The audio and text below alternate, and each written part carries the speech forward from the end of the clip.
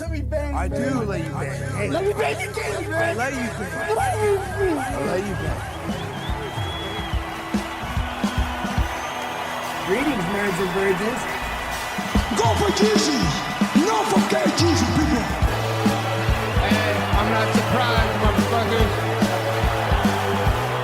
Ladies and gentlemen, it is time once again for your favorite mixed martial arts podcast. Recording out of Los Angeles, California, it's MMA Roasted with Adam Hunter. Who the fuck is that guy? Hey, welcome to our brand new podcast. It's me, Adam Hunter, here with Bill Dawes. I just took my kid to ballet, and I thought my wife said she could do noon to 1 to watch it, but now she can't. So we'll see how this goes. Making a bottle for the kid. Nice. Mayhem's out of jail, which is good. Spoke to him. Oh yeah. Yeah. He did a year. He's out. Here we go. Here's a bottle for you. And life is good. Life is good. I took my kid to like a new ballet class because we moved like an hour away, like in Woodland Hills. And it was one of those things where other class, you could see, the kids could see us looking through. Well, this one, it had like mirrors where it was only one way where my daughter couldn't see me, but I could see her. So she kept looking. Like an interrogation room. I like it. So she kept looking for me the whole time, So I was like, so then I went in to show her like, hey, I'm here, it's me. And then she's like, Daddy, come here. And then she had me take the class with her. So that's awesome. You could use a little ballet in your life. Yeah, but she's good like for movement.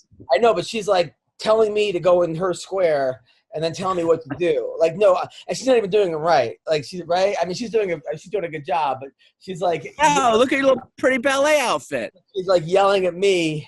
She did a perfect job, but wink, wink. Can I ask her if Daddy's a good dancer?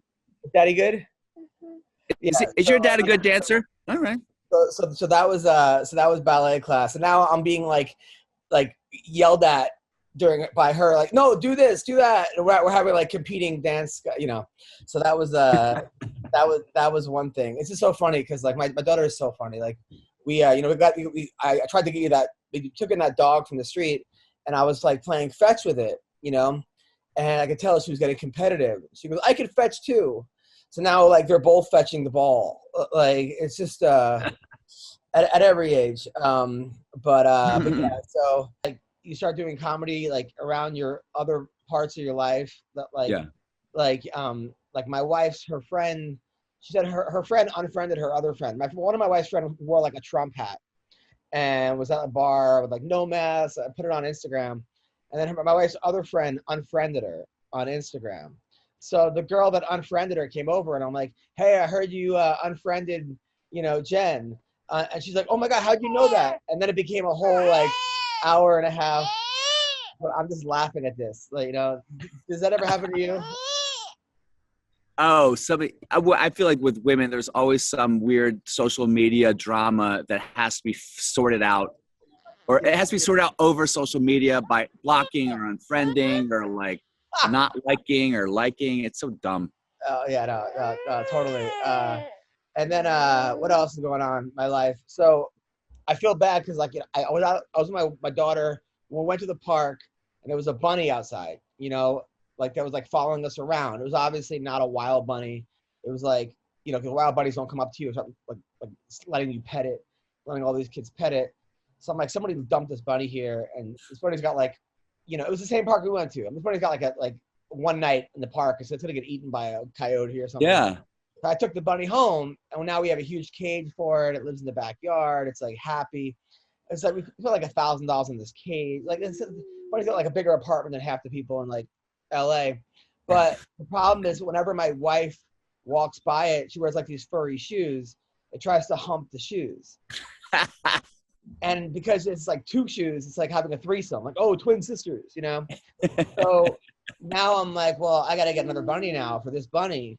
But they said before you do that, I got to get him fixed. And because it's like an exotic animal, they're saying it's like $1,200 to get a bunny fixed. Oh my God. Yeah. I said it wrong. I'm like, I gotta get my bunny circumcised. I got the whole thing wrong. Hey. We're not gonna make that noise. Here, have some milk. So now it's like, I know a woman that has bunnies, but she only has male bunnies. So she's like, well, I want to take the bunny for a couple of days otherwise they'll eat each other's nuts off. Like, it becomes a whole. They literally eat each other's nuts off. Yeah. Wow. Yeah. So now I got to get a female bunny for this bunny, but I got to fix it now. So it's just like, Wait, Adam, are you sure that someone wasn't at the park with their bunny and like went to take a dump and then came back with no bunny? No, because I was there for like an hour and a half, and I asked all these people, do you want this bunny? And nobody wanted it. And I was like, all right. You're like Dr. Doolittle now at your house.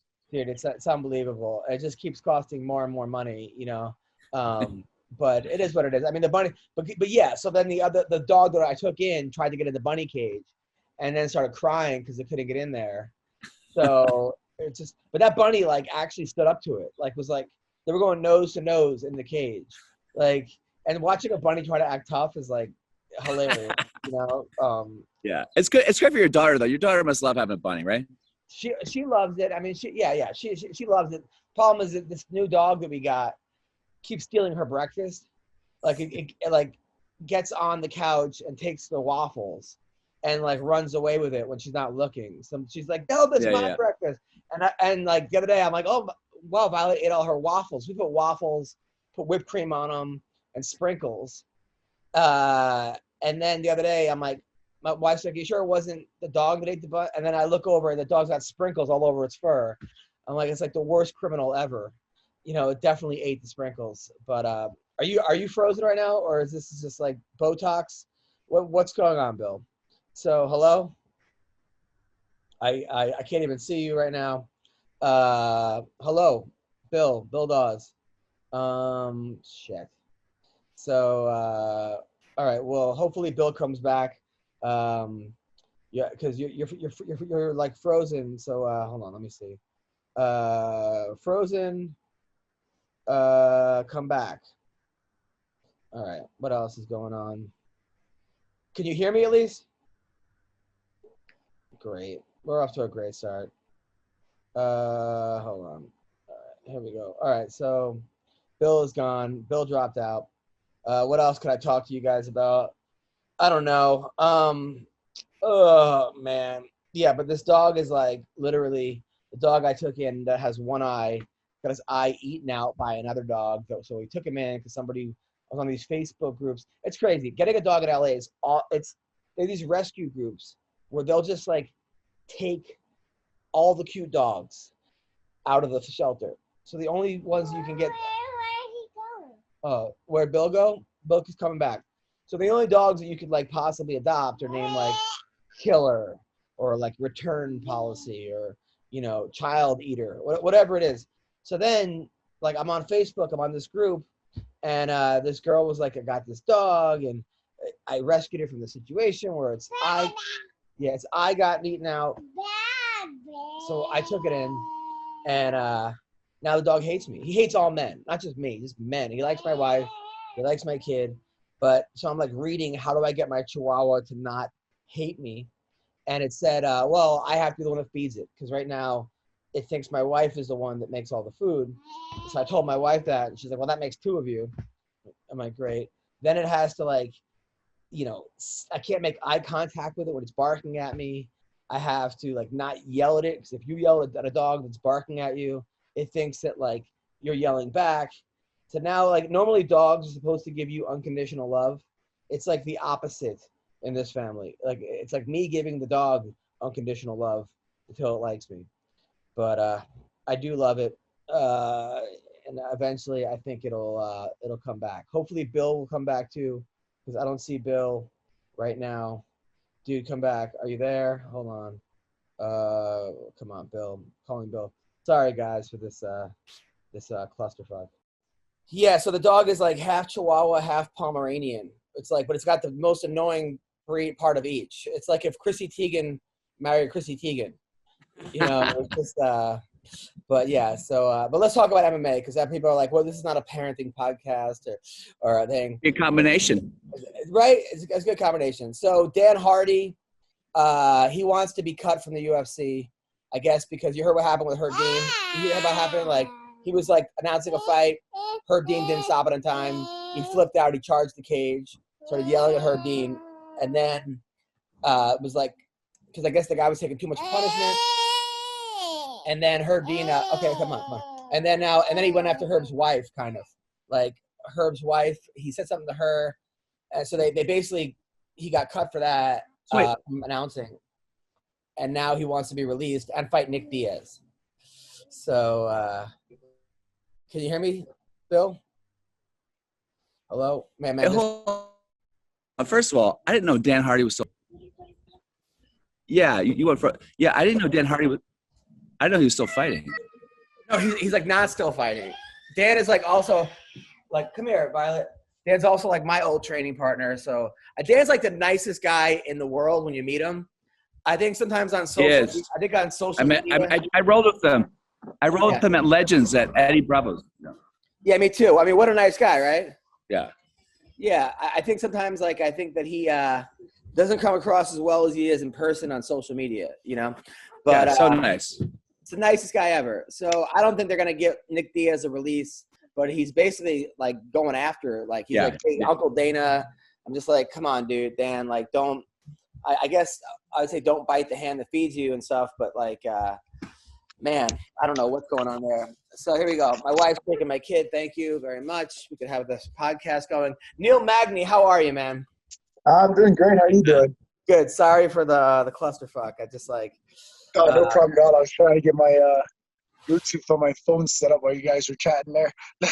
No, it's all good. I got my kids. I took her to dance class, and then something got canceled, and then I was like, normally I have a nanny at this time, and I don't, so I'm just trying to juggle everything. Do you have any kids, Neil?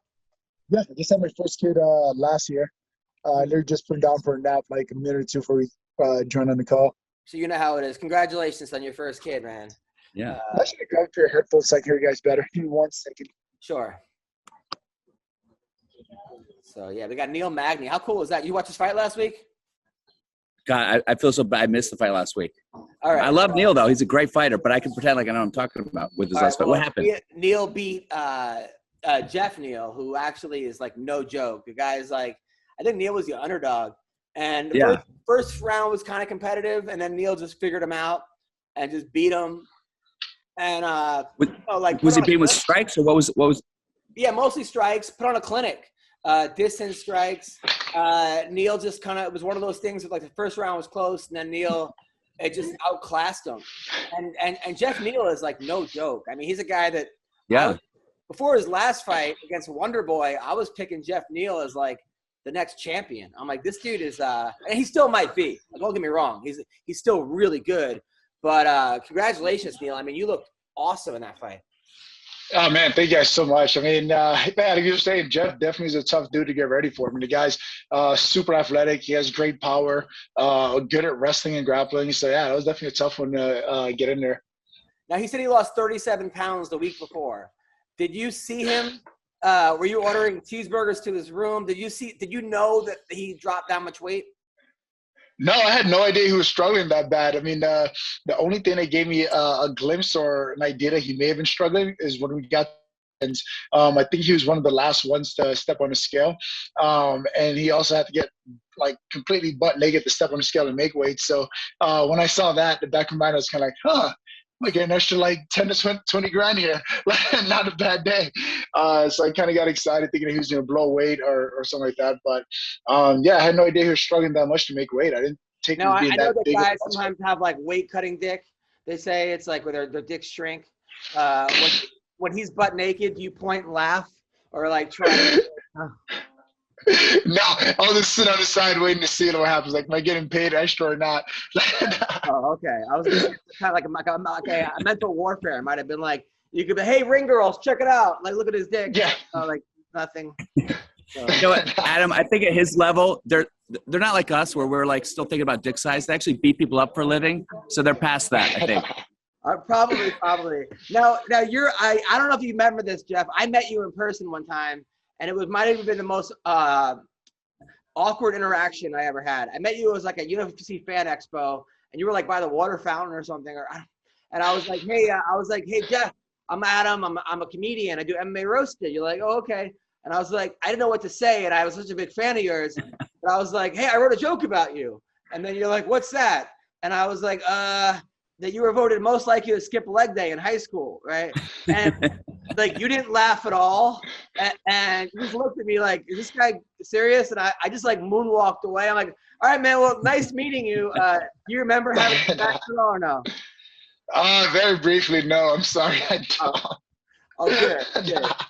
Because I was like, man, that did not go well at all. Like, yeah. I was like, so many people give him shit about leg day. That's why he didn't remember. It's just melted with the rest of it. Yeah, there's certain things you get used to. I mean, leg day, ear jokes. I mean, like, you have to come with a very good leg day or ear joke for me to get offended, or like, oh, wow, that's a new one. I haven't heard that one before. It's a good point. No, you're hard to make fun of.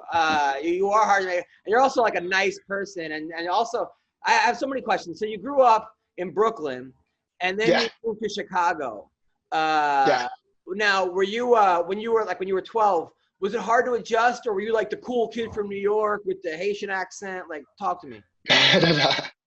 No, I mean, moving from Brooklyn to Chicago is definitely a hard adjustment. I mean, I went from like living in the city, like of Brooklyn or New York, to it's like the suburbs of Chicago. So like that was like a huge night and day difference there in itself. And then like going to school with some of these kids that like knew each other since they were in grade school, elementary school, that was completely shocking for me. Like I was like literally the oddball in the group. Like all these kids went together from like kindergarten all the way up to 8th grade, and here I am, the new guy that talks funny. And it took a while to get adjusted to that. I mean, it was a completely different way of life in Illinois compared to what it was like in New York. So that was definitely an adjustment period for me. Now, is Chicago as bad as they say? Because you watch the news and it seems like it's like a war zone out there. Is it as bad as it is? Yeah, I mean, some parts. The news definitely does exaggerate it a bit. A lot of Chicago's crime is kind of like in specific locations. So it's not like all over Chicago. You're walking down the street randomly and things are happening to you. It's really like specific locations that tend to be worse than others, so to speak. And it's unfortunate to see, but that's just the way it is out there. Now, you wrestled in high school, were you and college, but it never says if you're good or not. I try to research, like, did you place in states, or how did you do? So I was always the good athlete, never the greatest athlete, so to speak, through high school and even like by the time I got to college. And the older I get, the more I can like understand why I came up short in those moments. When I was younger, I never gave myself an excuse. So I can remember going to wrestling matches where I would wrestle 160, 171, 189, and it was pretty much whatever the coaches need that week. I was adjusting to make it. There were some days where it's like, hey, Neil, you're going to wrestle at a lower weight class. In my mind at the time, and the things that I was going through and the life I was living, when I had to lose weight, it was easier because I had an excuse to not eat. I was like, oh, cool. Coach, you need to be 5 pounds lighter this week, so I have an excuse to only eat once a day or skip a meal or whatever else may be, and I can save some money in that sense. So I can have a meal later on. And that's kind of how I was competing throughout high school. I was just kind of like, I just didn't have the proper nutrition or structure to be the best athlete possible. I just knew how to work hard and go for what I want. And that got me pretty far. It wasn't until I got to college and things started to shift as far as like the availability of resources that I had and that kind of thing, that I started to really kind of tap into how well I can do as an athlete. And then you joined the Army, which is like, hey, like what like, I can see if you joined the Army before college to pay for college, but why did you join after college?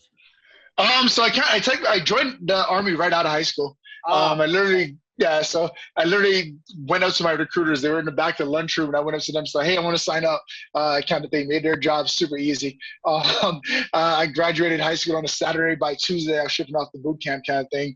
And it was kind of a crazy trip. So I graduated high school in 2006. I went through basic training, AIT for the Army, all that stuff. And then immediately after, in 2007, I deployed in the Army. And then when I came back in about 2008 or so, that's when I enrolled in college and was doing my thing there. Okay, that makes sense. Your Wikipedia is all fucked up. Because it doesn't give you. But you were deployed in Kuwait. I've been to Kuwait. I did stand-up comedy in Kuwait, and it's a dry base, right? I mean, no alcohol in Kuwait. People are just starved for something to do. Like, it was one of those things where I did really well as a comic because people were laughing at anything. How bored were you? How bored were you in Kuwait? For me, it was great. I mean, I would do my missions, go, and as soon as I get back to base, whatever, it was just an opportunity for me to just like train martial arts. I mean, I had guys from like the California National Guard or some Marines that like would do Marine hand-to-hand combat and that kind of thing. And after duty, that's pretty much what we would do. We just meet up, whether it was in the sand or on the mats, wherever we can probably find, and just pretty much train one another, whether it was jiu-jitsu, striking, whatever. We just train literally all day long. Like, that was our thing to do when we got off base and we were bored out of my mind. Just, all right, well, fuck it. There's nothing else. Let's go beat the crap out of each other in the desert. Hey, I have a question. Does the Army train jiu-jitsu very differently than Brazilian jiu-jitsu in America? Is it a different style of jiu-jitsu? Yeah, 100%. Like, especially now, like the jiu-jitsu became more like sports friendly, less about self-defense and that kind of thing. When it comes to Army combatives, like, you're pretty much like, it's your last ditch effort. Like, if you're ever to the point that you have to get hands on someone in a combat situation, you're fucked. Like, your weapon failed, your backup weapon failed, your battle buddy screwed you. Like, everything is just completely, everything is just completely dropped. So it's more so just like, all right, cool. If you do end up in a situation where you're fighting for your life kind of thing, how to like kind of like defend yourself in a sense, like the guy's not on top, you just punching the hell out. You kind of hold him down so your buddy comes up and helps you out, or whatever the case may be. It's just kind of like last ditch survival effort, so to speak, as opposed to going out there and really putting on like the chokes and all the fancy things you see in sports jiu-jitsu. You're like the real life Punisher, man. I mean, you went to and like learn how to kick ass. Now, what were some of these missions? This is the kind of cryptic. Like, what were the missions that you went on? So I was I deployed with the medical unit, so it was kind of easier than some, so to speak. So we did a lot of medevacs and that kind of thing. So people who get injured or whatever else may be, it was up to us to kind of get them packaged up, send them on to the next echelon of care. So someone's Humvee got blown up, or someone just was like whatever, like, or whatever it may be, like someone was, I don't know, severely ill, need to get from the Middle East to Germany, where we kind of like treat them where we can, where we were, and then just kind of send them off to the next place to get treatment. So you see like an IUD blows up, so you have to go and like, you see guys with arms off and legs off? It wasn't that bad at times, but those are some of the things that do come through the door, yeah. Oh my God. That's why, like, you're in a fight and you're getting your ass kicked. I mean, what's going to fucking throw you?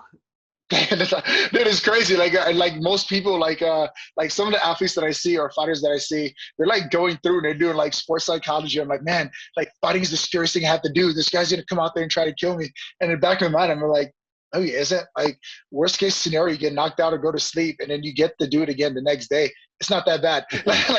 like for me, fighting is literally one of the, like, compared to what I've been through in life, is one of the easiest things I can do. Well, most of the time, I know for a fact I'm not going to die fighting, whatever. So I get to go out there and do it. And for me, it's like something that's really relieving, as opposed to some of the other things that I was forced to do throughout life. Yeah. I have a question, Neil. This is a really easy one. This is softball. Should the U.S. be pulling out of Afghanistan right now?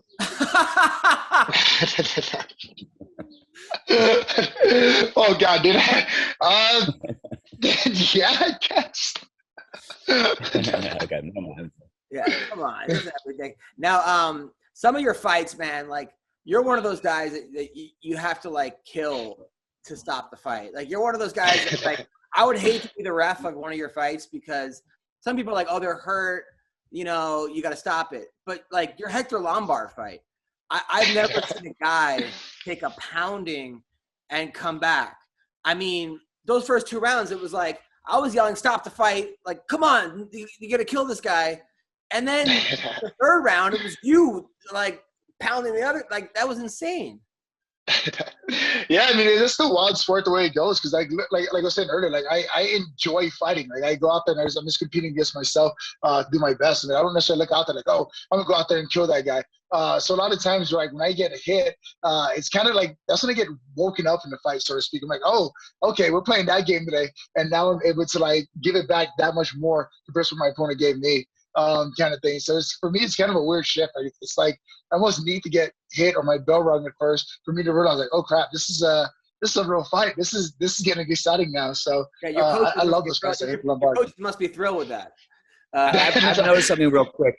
Neil, I've noticed something. You seem to only lose to foreigners. What's that about? You kick all the Americans' asses, but some foreigners, I don't know. What is it? I got to protect this American soil, especially if they come here. Yeah, no. Your fights are insane, and some of you took a couple years off, and then you came back. What was it because of injury, and also like, do you recommend sometimes people taking time off? No, not at all. I mean, so I took a year off or 16 months off from fighting, and it wasn't my choice at all. It was just something that happened.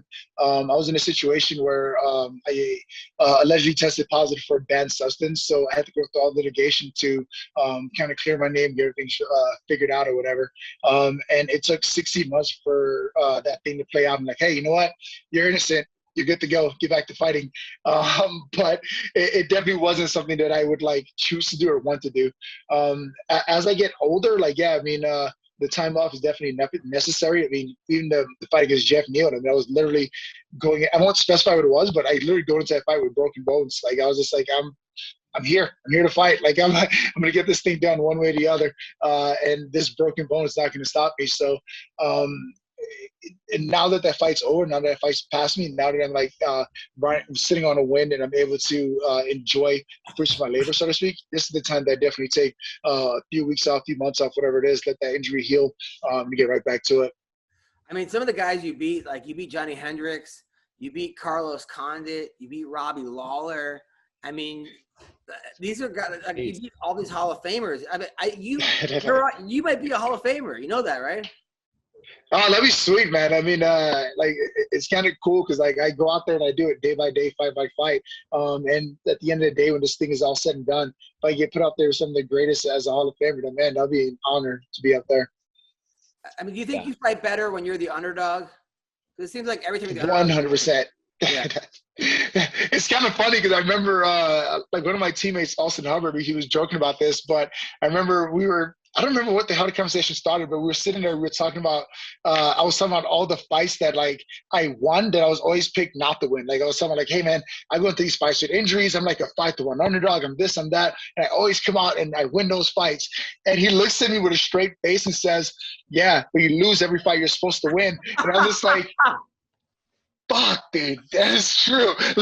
Like, I have a couple questions, Neil. First of all, in the pantheon of fighters, I feel like you got to be up there in terms of how many UFC fights you've had. You've had more UFC fights than the majority of UFC fighters, number one. And number two, when you go back to Haiti at this point, after you go back, are you like a hero? Is it like a hero's welcome when you go back? If you've gone back? Man, it's the coolest thing ever to go back to Haiti. Like every time I go there, like I learn something more and I leave better than I came, kind of thing. Like the people there, the kids there, like it's just so motivating to see them like there. And even recently when I decided, like, hey, you know what, I'm gonna go by Haitian Sensation instead of just not having a nickname. It was for those kids there, so they can like actually look up on TV, look up on like a newspaper, magazine, or something, and see that another Haitian guy's out there living his dreams and making them a reality, and just kind of motivate those kids that way. And it's kind of cool when I go back and I see some of those kids from the orphanage or the school that the organization I work with has, whatever, to see those kids and watch them grow and watch them chase their dreams and actually have ambition is one of the coolest things to experience. Did Sean Penn reach out to you? What was that? Did Sean Penn reach out to you or no? Sean Henry? Penn. Yeah, Sean Penn. Oh, Sean Shelby. Sean Penn. No, yeah. Oh, that's some bullshit. Isn't he doing all that work in Haiti, right, Bill? Yeah, he'll go there and he'll like put up some drywall and then get a picture and leave. Yeah. I mean, like literally, there's a lot of that. It goes on. I mean, there's some people that are like, "Oh man, I'm gonna go to Haiti. I'm just gonna do the photo op and say I'm doing so many things." But like the culture there, the people there are so loving. Like I guarantee you'll leave better than you came. And if your goal is to go and get a picture, I guarantee you'll get a lot more than just that photo. You're gonna meet someone, run into something that's gonna like show you just how fortunate and blessed your life is compared to what other people have to go through. That's awesome. And how are you dealing with being a parent? You have a boy or girl? Boy, yeah. So I have a 16-month-old son. Are you training him? Are you like roughing him up a little bit, like wrestling with him, like making sure he's not like a limp? Dude, the crazy thing is he picked up on his own. Like I've never bumped to the gym to watch me train. I never bumped to the gym to watch me spar, do anything like that. And then like about 2-3 weeks ago, I came home from the gym and I just kind of dropped my gym bag by the front door. He took it upon himself, so I go in there and grab my boxing gloves, and he somehow knew to put them on and to come try to punch me with them. And I was just like, dude, this is awesome. Like I didn't have to teach you this. You just went and found it yourself. So it was pretty cool to see him like kind of gravitate towards that. Who has better striking, him or Ben Askren? So far, him. Like, I work his head move a little bit, but so far he's definitely up there with striking for Ben. Nice. You know, like so the other guests that we booked today aren't showing up. It seems like, but I actually like you the best. So Yes, for sure. So if Jeff Molina and Rufian Stotts want to come, that's great. But if not, fuck it. We got one of the best fighters in the UFC right now. I mean, usually you book guys who just like kick dude in the balls at a bar. And we got it actually. Like, no, 1,000%. So let's talk about some of the stuff that's going on in MMA. First of all, this week, who do we like? Do we like Michael Chandler, or do we like Charles Oliveira? Definitely go with Oliveira on that one, dude. I mean, the guy's on a freaking 8-fight win streak right now in UFC, and that's just not easy to come by. So I just don't see Chandler stepping up to the UFC and being able to take that away from him at this point. Bill? Well, I mean, I just like Chandler's story. He seems like such a nice guy. And you look like you have a soft heart, Neil. I thought you'd go with like the story of, his whole story with his son and everything. Dude, I like I said, I'm a fan of Chandler. I love the guy. I mean, like, I literally we're seeing adopt his son in the way that he's really embracing his own. Like, I love that about the guy. But like separate from his outside life when it comes to fighting, dude, like, I definitely ride with the old school UFC dog in this one. Now, is there a thing of like when he first got to the UFC, Chandler had a chip on his shoulder. Everyone's like, "Oh, Bellator champ, yada yada yada," or he was Bellator champ. So he goes out and just knocks the shit out of Dan Hooker.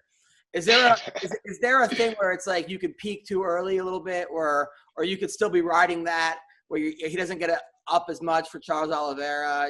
Is there like a danger in that? I would say, yeah, no. I mean, like you definitely get to, because I mean, I've done it myself where it's like, all right, this is it. I'm on a 7-fight win streak. This is it. This is my run to the title. And then you go out there and you fall flat on your face. So there's definitely some of that happens when you kind of look past your opponent, underestimate your opponent, look too far ahead. But I think Chandler just kind of took that pressure and made the best of it, dude. Like he was coming over from Bellator. He had all these like naysayers and doubters saying like, oh, he's too small, or the competition level at Bellator is just not the same, that kind of thing. I feel like he just came over to UFC and he was definitely eager and determined to prove a point. And he went out and did it against Dan Hooker. Dude, that was incredible what he did. I mean, I never saw a UFC. The only thing that would I never saw a UFC debut go as well as that. Like, yeah. It was like at that level. Like you see some guys like come out there in the UFC and they fight like, on the undercard, they knock a guy out in 8 seconds or something. Like, oh my God. But not on that level. Not a guy like Hooker. But Neil, yeah, I mean, that was a. Go on. What were you saying? Sorry, I mean, it was impressive. I mean, it was kind of like when Gaethje came over and he had his fight with Michael Johnson. It was like they're going back and forth. They're getting fight of the night. He ends up knocking him out, getting performance tonight as well. So it's definitely cool to see those guys come over and like kind of knowing their heart, knowing their mind. Like, hey, this is where I belong, and I'm going to go out there and show you guys why. But he got rocked a little bit against Johnson. Gaethje got hurt. For sure. Yeah, it definitely wasn't as flawless as Michael Chandler's debut, but it was impressive nonetheless. Yeah, you're absolutely right. Beneil Dariush versus Tony Ferguson. I am so curious as to what. Look, I told you I'm a Tony Ferguson fan. It's almost like you can't be a fight fan and not like appreciate Tony Ferguson. I was shocked that Charles Oliveira was able to out wrestle him for 15 minutes. Yeah. Because he's a jiu-jitsu guy. And Ferguson's a college wrestler. And you know, I can understand you could, well, he's not going to go out and wrestle me, but I thought the gap was too much to, you know, a guy wrestles his whole life, and then a jiu-jitsu guy, usually they're okay with going to their back. And I was like, what the fuck? Yeah. This fight, I don't know, because Darius is also one of those guys like you, Neil, where every time I'm like, this one's going to be tough, he knocks the shit out of the guy. And then he loses to a guy that I'm like, oh, Benil's got this. He's not going to lose to – he's not – you know. And so this is a weird one. Neil, what are you saying in this fight? What do you like?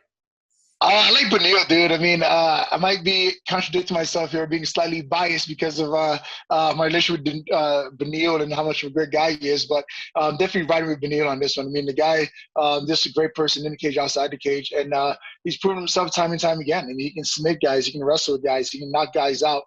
He can go the distance with guys. So I'm definitely going to ride with Benil Danush on this one. Now, how does he look so out of shape? I mean, the guy – like, because I know he's totally in shape, but yet, like, talk about like he looks like a Middle Eastern dad bod, you know. But like, damn, he's strong. He just has that like weird uncle strength, you know. Yeah. He doesn't look. And then Bill, who do we like in this one? Well, I just think that if Ferguson loses this one, I think that's the end of his promotion. So I want him to win because I just like him being in the promotion. You know what I mean? He's such an exciting fighter. So I'm rooting for him. But I don't know what I'm talking about. Neil does. I'm just looking for emotions. Of course. I mean, it's like anything else. Like Nick Diaz hasn't like technically won a fight in like 7 years, but I'm never not going to root for Nick Diaz. Or you know, for sure. It's just one of those things. I mean, Nick Diaz could like fight my dad, and I root for Nick Diaz. That applies to a lot of people, though, and your dad. Let's be honest. That's a good point. All right, we got a kid. I don't know if you want to stay or not. Neil, do you have somewhere to be? I'm going, man. It's fine. Okay, so we have a kid coming on the thing. He's a young upstart. He's like you, Neil, son. Neil's been around. You could basically be this guy's dad. This kid, Jeff Molina. He's 23 years old, 24 maybe. He's 9-2, and he's just wrecking people. He's looked great his last couple fights. He's on a 3-fight winning streak, and he's cocky, which I like. He's like, fuck it. He goes, Dana, where's my money? I want my $50K. Jeff, how are you, man? What's going on? What's up, brother? How you doing? Good. And he asked me to roast him. He's like, when are you going to roast him? Man, I wanted it. Yeah, dude, I have to get to know you a little better because I'm like trying to find out stuff about you. I know, but he's one of the few guys you have to have a Wikipedia page. Come on, you got to get it on your Wikipedia page. Now you did lose your first fight in like 1 minute. You lost your first fight in 1 minute and then won your last 8 out of 9. What kept you going, man? Man, I thought it was hot shit. I was 5-0 as an amateur. I went pro. I was having a hard time finding fights. So I went up a weight class and tasted defeat for the first time, man. Dude was 4-0. Weight class was 135. I weighed in at 132, and I learned my lesson, man. It was definitely a humbling experience. Well, you know what? 10 fights later, you're in the UFC. So I think maybe it was probably the best thing for you, right? Yeah, no, I agree 100%. I mean, there are guys that like lose fights at like their 10th fight, never recover. I almost think it's better off to lose your first fight or first one out of, and then you figure out if you really want to do this. Get it out of the way. Now, your parents are from Colombia? Yeah. Born and raised. Did you grow up in Colombia? No, I grew up here in Jersey. My parents grew up in Colombia and spent most of their lives there, and then eventually moved here. And then you moved to Kansas. Yeah, right. Quite a move. Like British protection program or something? Like how did that happen? Yeah, man. My mom's side of the family lives in Jersey. My pop's side of the family lives here in Kansas. And one day they decided to make the move, and I met my dad's side of the family. Oh, okay. All right. So you're just like, fuck it. So you're in Kansas, and it says you're a black belt in Kung Fu. Yeah, I am, man. Is that a real martial art? Or real in the sense that I got like the physical black belt, but I mean, I'm not using any kung fu shit in a cage do any fight, Wing Chun and you no Wing Chun in the UFC? No dragon. No, so that's actually the study out or the type of martial art I was doing was like Wing Chun, Kung Fu. But yeah, I'm not doing any of that shit out there, man. It's more of like a discipline thing, I guess. Just showing up to class every day on time and being like attentive, I guess that's what it teaches you. But as far as like fighting skills, like, nah, man. You can't like make your hands glow and shoot a fireball is what you're telling me. No fingers, Ip Man shit is going on. I wish I could. That'd be cool. I wish I could use that in a cage fight. Exactly. Now here you are, and now you're training in Missouri under James Krause. And Krause is like, I mean, he must have like murdered people back in his day, and he's trying to make up for it by being such a nice person. Because he's one of those guys that like good husband, like good dad, like takes in family members that have like drug problems, like great coach, just all around guy that you're like, man, this guy's not real. Like why isn't he on The Bachelor? So, like he's definitely. Is he hard on you? Is he a good coach? Like, talk to me about that. Man, he's just like an exceptional human being. Like he's who you strive to be, right? Like I can ask for a better like role model or mentor or coach. Like this dude's a jack of all trades. But yeah, definitely someone you expect to be on The Bachelor, man. Like he just does it all. Like he's one of the best coaches in the world, if not the best coach. And then, man, this dude runs he owns 3 gyms and runs multiple businesses and flies to Vegas every weekend to corner a UFC fighter. I don't know how he does it, man. He's involved in real estate. He has like a handful of investment properties, rentals. Like I don't know how this guy. He's the hardest working man I've ever met. Well, I mean, you're doing really well, man. I mean, you're fucking killing it. Now, I had to go deep because we got to get you more famous, more popular. You're right. You definitely very marketable because I was laughing because it said you and your brother back in the day, you guys couldn't afford like jiu-jitsu or MMA classes. So they give out trials, like 2 weeks. So you just kept going to different gyms and getting those free trials? Yeah, man. We took advantage of like every gym within like a 1 hour vicinity we'd gone to, like karate, taekwondo, kung fu. Went to all of them. And we did that for like a year, man, like almost 2 years. My dog's being a little shit right now. I just got a puppy, man. And I forgot what dad life is like, man. It's actually like responsibility and shit. Dude, you have no idea. But yeah, dude, my parents just couldn't afford it, dude. Like those classes are expensive. Like they're like $200 a month for a kid, So yeah, man, that's something that my parents did, and kept taking free trials for 2 weeks. Every 2 weeks, like a different. Some of them were a month long, man. Like some of them a month free. Go like that's hilarious. That's yeah, really some of them hard. were a month long. Some of them were like assholes, and they'd like force you to buy a uniform, which like was like $100+. So we would get out of there pretty quick. But some they'd let you train for a month, and if you just kept saying you were interested in holding off for as long as you could, you can get a good month and a half out of that school. Dude, I signed my daughter up for soccer classes yesterday, and she's 2.5. And they're like, hey, she gets a jersey, you could pick up a jersey. And I'm like, oh, is her name on the back? And the guy was like, no. I'm like, come on, man. Like, I'm like arguing with the guy, like, right? Yeah, at least put the name on the back. Come on. Yeah. I mean, she's only 2.5. They're called like the Cottontails.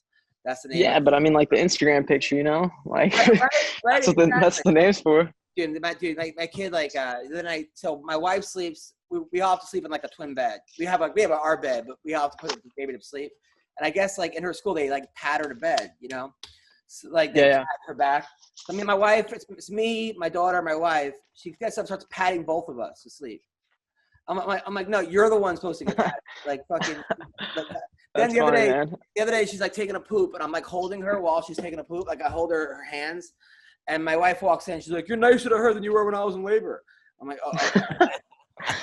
But then she poops, and like a little pellet comes out, right? So I look in. I'm like, yeah. She's like, "No." Like 20 little pellets come out. She's like, "He's with his family." It's like the kid's a genius, bro. Yeah, she has your sense of humor, then I guess. Fuck yeah, I get shit jokes. Meanwhile, so right. so we I guess Neil Magny left. I guess he like got bored. But also on the card this week, Edson Barboza is taking on Shane Burgos. It's a good fight. Molina, who do you like in that fight? Man, it's hard to count out Barboza. I just don't like it when you've seen a fighter quit before. Man, I like Burgos a lot. Both of them are dangerous. Barbosa is a freak athlete, probably the best switch kick in MMA, but gun to my head, I'm taking Burgos. Yeah, Barboza, I don't know, man. Like, you're right. Like, he was like, if someone keeps it standing, he's the best. But if you just take him down, he loses all his power, you know? Yeah, and he's not easy to take down either, man. But it's like once you get him down, you just I don't know if it's like a mental thing, like a Uriah Hall thing, but yeah, I'll take Burgos in that. And then Gina Mazzani, is she with you guys now? Yeah, dude, Gina's the man or the woman. She's like the mom of the team, man. She's fucking awesome. It's been a blast having her on the team. Me and her dated for like a week, and then but like I can't tell you serious. Yeah, but like nothing but nice things with Gina. Oh wait, somebody else in like the room right now? Are you serious? Yeah, this is back in the day. Don't even. No way. But yeah, but she was totally. I'm for sure mentioning it. Nothing but nice things about Gina. I totally. Although I like ran into her. Does Tim know this?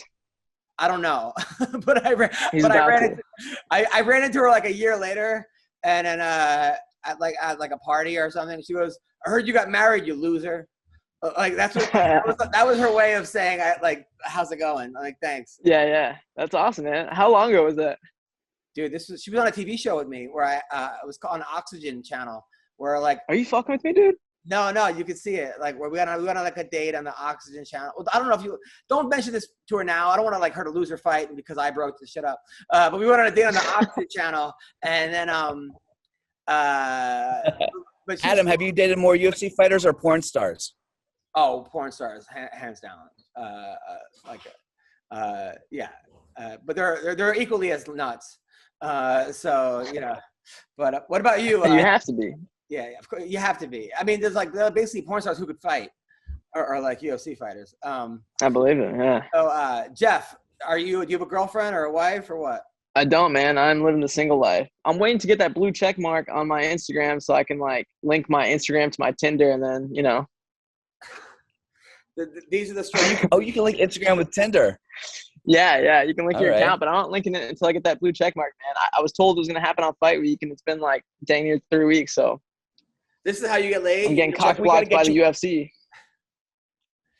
We got to get you on Raya so you have a better class of ladies to choose from. Because Tinder's like a dump truck of hoes.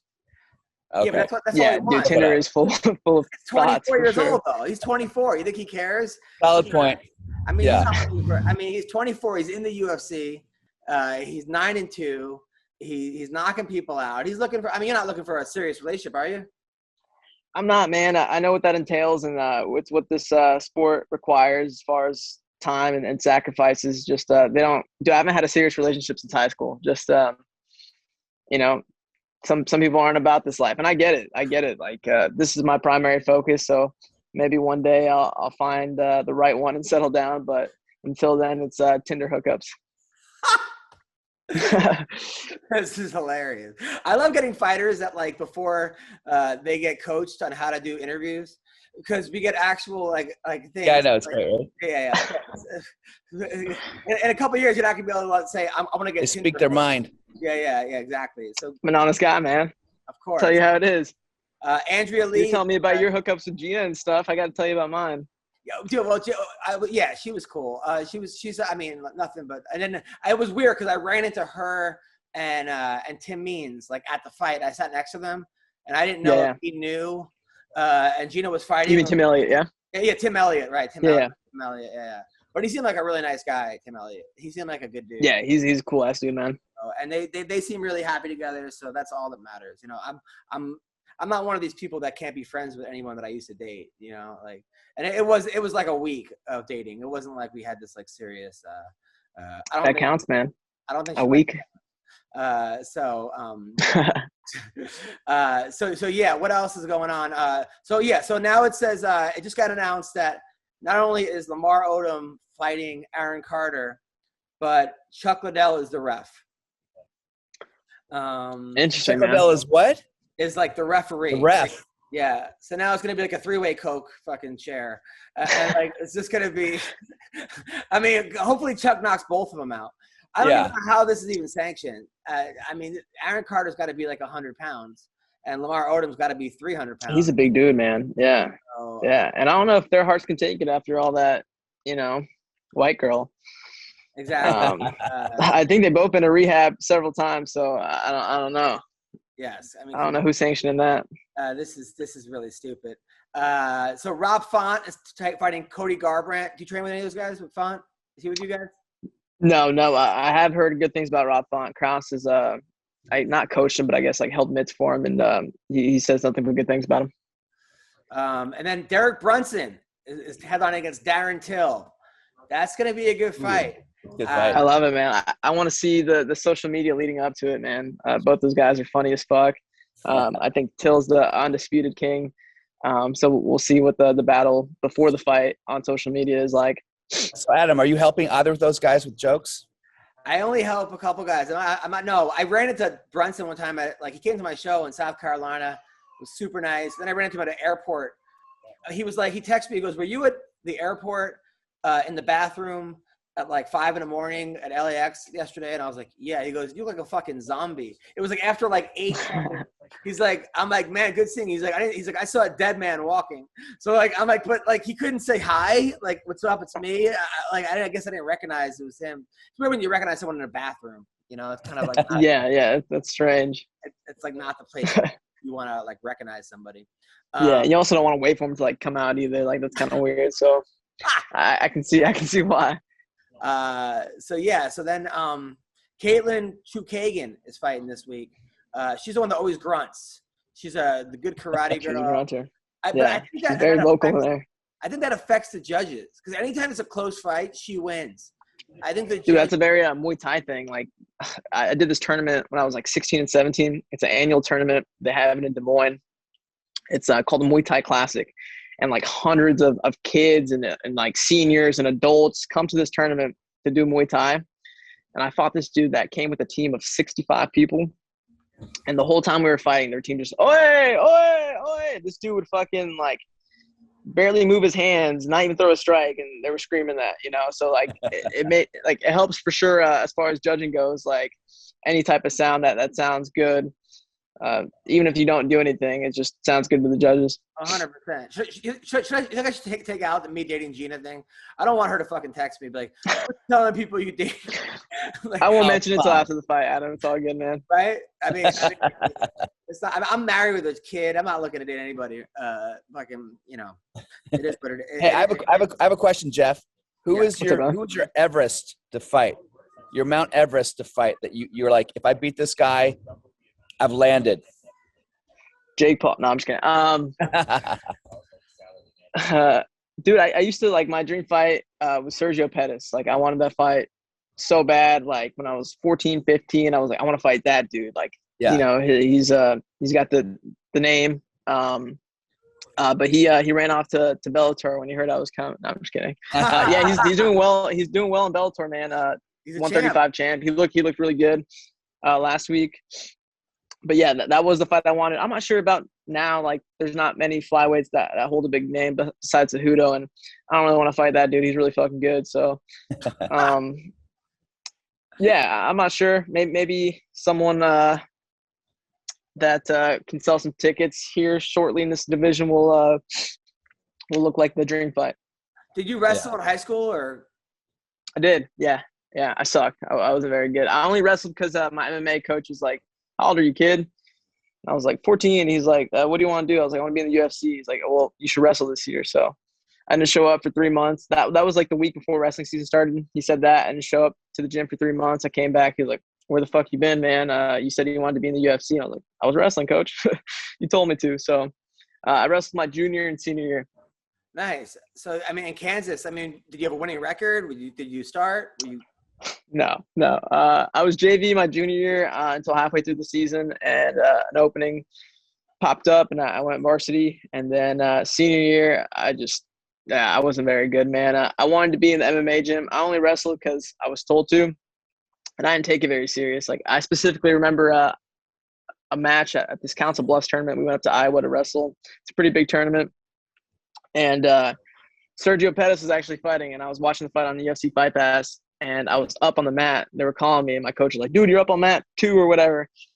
I was like, man, this fight's about to start. I think if I go out there and lose pretty quick, I can come back and catch the rest of this fight. So I just didn't take it very serious, man. I think I got what I needed to out of it, but that's probably one of my biggest regrets is like not taking it as serious as I should have. But man, I just wanted to be on the MMA mats. Like I remember whenever we didn't have a tournament that weekend, I'd be at the MMA gym on that Saturday morning just because that's where I wanted to be. But this might sound weird, but I think I grew the most during the wrestling season when I wasn't on the mats for 3 months. On the MMA mats, I mean, just from watching the sport and like being so obsessed with it that like when I came back, something just clicked and like it all came together. Well, I mean, look, I mean, you're doing awesome. I mean, it seems like you're one of these Jeff, kids. do you think? Go on. Jeff, do you think that wrestling is the most important discipline for MMA? Absolutely, man. Absolutely. You gotta know how to wrestle at this, especially at this level. Like you gotta know how to wrestle, even if it's kind of just like Izzy, where you're defensively sound on stuff and shots and your ability to scramble to get up. Like you don't have to be an offensively good wrestler, but you for sure need to know how to wrestle. Now, Julian Marquez, after he never won, heard of him. He's your buddy. I love that dude.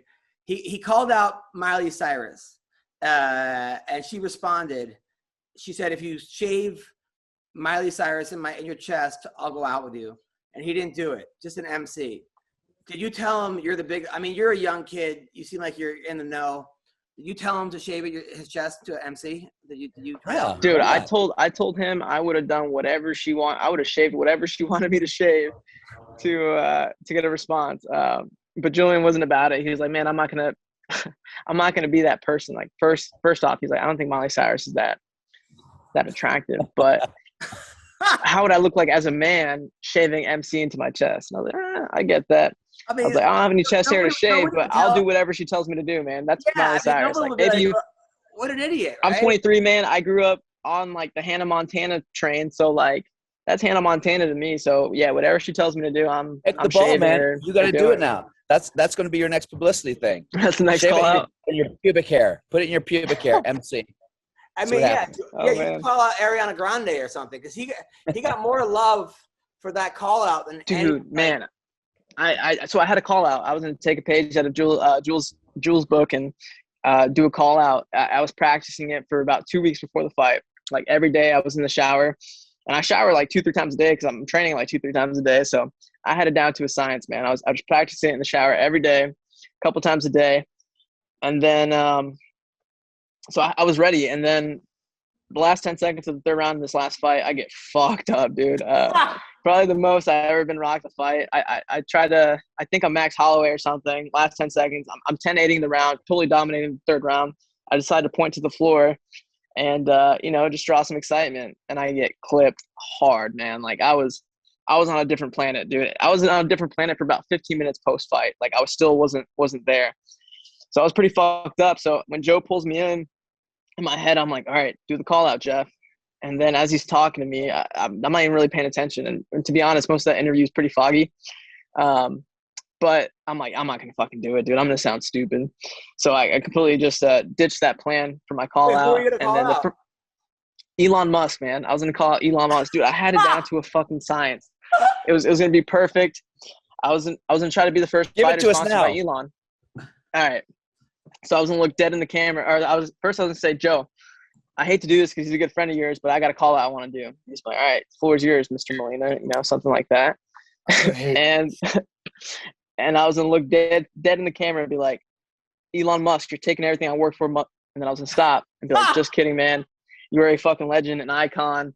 The endeavors you're in with Tesla, SpaceX, Neuralink, like, what you're doing with your money is like helping humanity. And speaking of endeavors, I heard you're part of the Endeavor team now. And I want to be the first fighter sponsored by Elon. And then I was going to go on to ask him for a free car. But yeah, man, I had it down and I felt like it was going to be good, especially he's like on SNL. He's been like talk of social media for the past couple weeks. And yeah, I blew it. Well, no, you didn't blow. You still got your next fight. Now, the king of call-outs right here. We have a legend with you, Jeff. This guy was before you were born. He was knocking fuckers out. Okay, Phil Baroni has joined us. Phil Baroni, yeah, dude. Phil Baroni, Twitter legend. Phil's supposed to fight Jake Paul I don't know how that's going right now. He's fighting Mike Kyle's brother. Yeah. In like 3 weeks, right? In Atlantic City. In Atlantic City. Fucking Mike Powell, you said? It's fucking. I want to fight that pussy Dan Hardy too. Okay, now I don't like that pussy. now, why is Dan Hardy a pussy? He's a fucking pussy, bro. Come on, why is he a pussy? He's a pussy. I mean, he's beaten a lot of really good, tough guys. Who do you beat? I don't think he ever. He's fucking. Shut the fuck up, dude. He's a pussy. 'Cause I said so. Because I said he's a pussy. He's a fucking pussy. Now, Dan wants. Okay. I'll tell you who Dan wants to go to. Dan wants to go to Risen or some shit. Ryzen, you mean? Riz is Whatever. Riz is in like the Wu-Tang. So, all right, here we go. Dan Hardy, guys he beat. Because Dan Hardy, I used to train with Dan Hardy. He's a friend of mine. Well, then he did that. Well, you suck. So there you go, right there. So I'm not going by your fucking. Anything you say, it's definitely out the window. Right, I see you coach wrestling. You fucking suck. He beat Amir Sadala. A guy you lost to, Phil, but that's okay. He beat Dan Ludwig, right? I mean Dwayne Ludwig, not Dan Ludwig. Dwayne Ludwig. He beat Mike Swick. He beat Marcus Davis. Those guys aren't good. Baroni. Well, I don't know what happened with this shit. Did you piss him off, Adam? Did he hang up? He's always pissed off. Phil. Good. All right, so Phil, these guys are good. Amir Sadala, Dwayne Ludwig, Mike Swick, Marcus. Go Davis. fuck your mother, you faggot. Go fuck your mother. You in Long Island? I'll come to your house and slap the shit out of you. How about that? I don't want to fuck my mother. Fucking dick. I haven't seen my mother in like I was 3. Phil. Well, so what? I just seen her. She's doing okay. She said hi. Thank you. This is vintage Phil Baroni right here. All right, so Phil, are we ready for the fight coming up in Atlantic City? Yeah, I gotta kill this fuck guy. Don't I look ready, bro? What the fuck? Don't I sound ready? All right, so last time we talked, you were cracking eggs, drinking raw eggs, smoking weed, and training. I was a lot happier than I am right now, right before this fight. Okay. Oh, is that what? Are you cutting weight? Is that the problem? I'm just a fucking pissed off mood, bro. I'm gonna go fight somebody. What the fuck? I know. I'm excited for you. Who's in your corner this time? Coleman. Nice. What about what's his name? A motorcycle guy. Yeah. All right. Chuck Zito. Yeah, Chuck Zito's always in my corner. All right, you got Chuck Zito and Mark Coleman in your corner. Yeah, it's a gangster corner. Fuck. All right, so we are excited about this. And then afterwards, now Dan Hardy wants his release from the UFC. He's begging Dana for his release. So I think this is a great time for you to fight him. I know. I would fucking murder that guy. I wanted to beat him up for years. He's a faggot. Now, do you want to fight him in bare-knuckle boxing? Or Anything, dude. Anything. I fight everything. What about Diego Sanchez? He's a pussy, too. What about him? Do you want to fight him as well? He's getting fucked in the ass or something, that guy. What about Frank Shamrock? He's getting fucked in the ass, too. They both know that guy. Bill Dawes, welcome to the Phil Baroni fucking segment of the show. I love it, man. I love it. Where Phil just calls out everybody. Now, how are we doing? 3 a days, 2 a days? What are our training people like? I don't know. Whenever I fucking feel like it, bro. I just go when I feel like it. That's how I always do it. Now, are we training with good guys? Yeah, there's fucking New York guys, man. New York guys. Okay. By the way, Mayhem is out of jail. He got out yesterday. Did he? Yeah. Do you want to fight him too or no? No. All right. Okay. I was saying that could be a good fight. You guys can both make some money. No, I used to train him. I don't want to fight him. All right. Okay. All right. So Mayhem, we're not going to fight. What about Ken Shamrock? No. You don't want to fight him either? Come on. Do you want to fight him? No, I don't want to fight anybody. Yeah. There's nobody I want to fight. Okay. I just want to tell jokes. I just said already who I wanted to fight. We want to fight Dan Hardy and Diego Sanchez and Jake Paul. Okay. You throw Diego Sanchez in there too. I want to fight the guy fight tomorrow. Now, are we getting laid at all or no? No, that's why another reason why I'm in the worst mood. How come you're not getting laid? Because you don't do that for a couple weeks before a fight. You get mean. Okay. Yeah. All right. Now this fight. All right. So we're not. Did we cut out the weed and drinking? Yeah. I don't believe you. You see me smoking weed? Yes, I do on your Instagram Live. When? I'm kidding. Yeah. Bill Dawes, do you have any questions for the great Phil Baroni? Man, I've always been a fan of your fights. You're a fucking scrapper, dude. I love it. I love how you talk shit. Please don't kill me. No, I'm not gonna kill you. All right, so Phil is fighting Kyle. He's fighting Kyle. What happened to the other dude? What happened? Where'd the other dude go? The little dude. I have a question. I do have a question, though. Adam, I have a question. Where did he go? I don't know where he went. He just fucking took off. You guys were saying that was a great thing that he called out Elon Musk. I heard some bullshit like that. Yeah. That was the fucking corniest gay shit I ever heard in my life. So what the fuck is that? You like that? You guys thought that was good? That's what you guys thought was good? I'm just curious. Phil, I have a question. What would it take for you to retire? Do you plan to die in the ring? Which would be pretty dope. That'd be pretty pimp. Yeah, it would be. Oh, not. I don't want him to die. I fucking love this guy. I don't want him to die either, but like eventually, yeah, eventually. No, we got to. Not in a couple weeks. Not for sure. I'm gonna kill. We got to make the Phil Baroni story. The Phil Baroni story about It'll be better when I'm dead. It'll be better when I'm dead anyway. A guy who grew up in Long Island who. And he died. It'll be a good story. Fucking came out, he banged off. He died in the ring, and he died in the ring. He was a male stripper for an all Jamaican dance team. He got kicked off the wrestling team. He got Jay Hieronymus into fighting. He made it all the way to the UFC. He banged lots of hookers and lots of blow for all the fights. He ended up in Thailand on the 4 floors of whores. And then he went to That's Singapore. That's Singapore. Singapore. He beat up all the guys at AKA, according to him. Every gym he went to, he says he fucked everyone up. Sometimes they don't say that really happened. He just left. All right, well, listen, that's our podcast today. Thank you very much. Bill, did you enjoy the show? Bill, are you with us? I did. I'm sorry that my internet connection was unstable for so much. That's all right. I feel like we got a lot done today. So yeah, Phil's hilarious, man. You gotta get him back all the time. That guy's a maniac. It's fucking amazing. Anyway, he's like 45 at least, right? Yeah. Dude, you know what? He went to college. His major was to be a social worker. Like, could you imagine a worse social worker? Like, I mean, can you imagine like somebody? Something happened to that guy. Can you imagine? Happened. Can you imagine somebody goes to him for like problems and then like this is what happens? Like I can't think of a worse job for him. But anyway, Adam, I think maybe he had a big heart and then he went to college and something happened. You're the fuck. All right, something happened. You are the best. I'm gonna text me the best because I'm actually scared of him. All right, well, listen, thank you so much, guys. Talk to you guys soon. Be good.